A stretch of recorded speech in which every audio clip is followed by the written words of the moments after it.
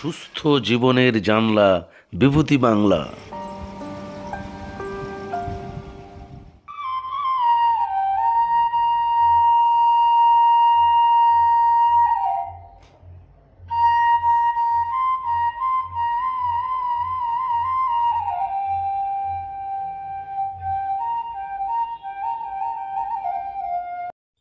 এসেছে শরৎ, আর পাটের আশ ছাড়ানোর পরে দেখুন পাটকাঠি গ্রামের রাস্তার দুপাশে আমাদের যেন অভ্যর্থনা জানাচ্ছে। কি অদ্ভুত! পথের পাশে এই যে পেয়ে গেছি আমরা ইয়েলো ফক্সটেইল, হলুদ শিয়াল লেজা, এক ধরনের ঘাস। কি সুন্দর বাতাসে অল্প অল্প দোল খাচ্ছে। আমরা ঘাসের ভিডিও যেদিনকে করেছিলাম সেদিনকে একে দেখাতে পারিনি। আজ ওই আমাদের সঙ্গে দেখা দিল। প্রকৃতি চর্চা করুন, ভালো থাকুন। এসেছে আজকে চারদিকে দেখছি যে শরতের ফুলগুলো ফুটতে শুরু করেছে। সেই সমস্ত বনফুল আমরা দেখতে দেখতে আজকে এই সুন্দর একটা জায়গায় এসে পৌঁছেছি। এটা কিন্তু বিভূতি দেশ, বিভূতিভূষণেরও জন্ম মাস এটা। ফলে শরৎকাল এবং বিভূতিভূষণ দুটোর গন্ধ মিশে গ্রাম বাংলা অপরূপ হয়ে আছে। বৃষ্টি হয়ে গেছে, এই নিচু জমিগুলো যেগুলো সেই সমস্ত জায়গায় জল জমেছে। আজকে আমরা এসেছি আমাদের অত্যন্ত প্রয়োজনীয় কচু গাছের কাছে, যে এত প্রয়োজনীয় এবং আমরা অবহেলা করি। আজকে একটা নতুন জিনিস সম্পর্কে বলবো আর কি। আমাদের বাড়িতে এটা খাওয়া হয়, সেটা হচ্ছে কচুর ফুলের টক। এই যে এই সময় কচু ফুলগুলো এরকম তুলে থাকে, কচু ফুলগুলো এত সুন্দর দেখতে। এই যে শরতের হলুদ রং, শরৎকালের কিন্তু বেশিরভাগ ফুল দেখবেন যে হলুদ রঙের হয়। এই কনক এগুলো তুলেছে। এখন এইগুলোকে কিভাবে এই কচুর ফুলগুলোকে মানে আমরা ব্যবহার করতে পারবো টক হিসেবে, সেটা খুব সহজ। এই যে কচুর যে পাপড়িটা রয়েছে দেখেন, এই পাপড়িটার ভেতরে গর্ভমুণ্ড আছে, ওটাকে বাদ দিতে হবে। এটাকে ছুরি দিয়ে হোক, যেগুলো দিয়ে করবেন, এখনও আপাতত হাতেই করে দেখাচ্ছে কেরামতি। হ্যাঁ, এই যে হলুদ পাপড়িটা রয়েছে, এটা এইটা ফেলে দিতে হবে। এটা খাওয়া যায় না, গর্ভমুণ্ডটা ফেলে দিতে হবে। এইটাকে বটিতে ছোট ছোট করে টুকরো করে নেওয়া, তার সঙ্গে তেঁতুল এবং বাড়ির যারা রান্না করেন যারা, তারা জানেন তার সঙ্গে আর কি মশলা দিতে হয়। সামান্যই টকে যেটা হয় একটা, মানে একটা কি বলবো, এক ধরনের এই পাতাটার এক ধরনের চচ্চড়ি মতন, যার টক স্বাদ হবে। কচু ফুলের কিন্তু টক স্বাদ নিজে থেকে নেই, কিন্তু খুব চমৎকার পুষ্টিকর। আমাদের অবিভক্ত বঙ্গদেশের কথা ভাবলে যশোর খুলনা জেলায় এটা খুবই প্রচলিত একটা খাবার।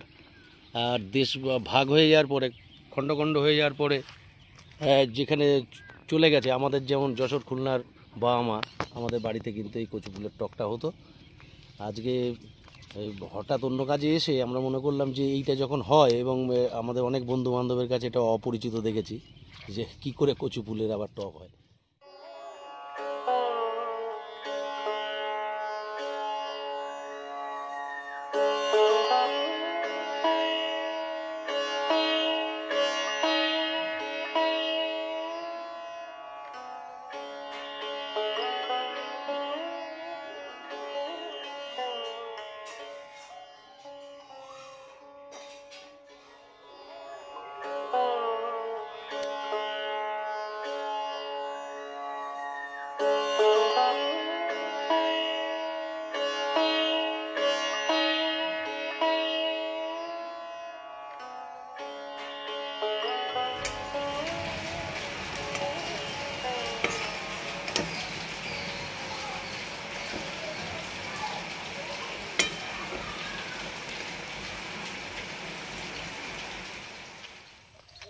জীব খুশি তো হলো, কিন্তু মনকেও খুশি রাখতে হবে।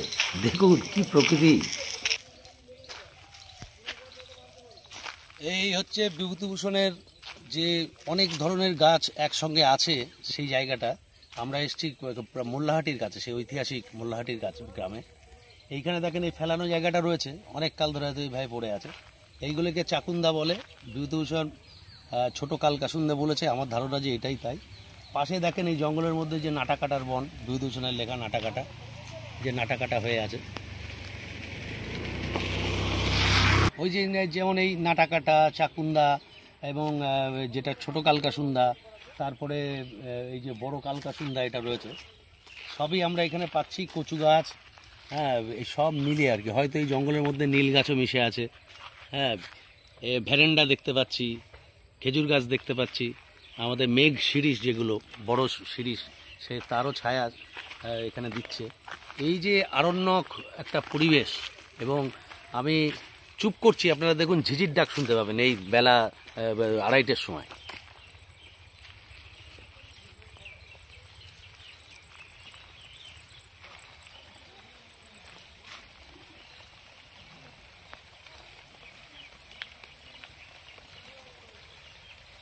আর প্রকৃতির কি আশ্চর্য খেলা! এই মুহূর্তে ঝমঝম করে বিভূতিভূষণের স্মরণে মোল্লাহাটির সেই ঐতিহাসিক নীলের সময়টার কথা যখনই বলছি, এই ইতিহাসের উপরে অনন্তকালের বৃষ্টি নামতে শুরু করেছে।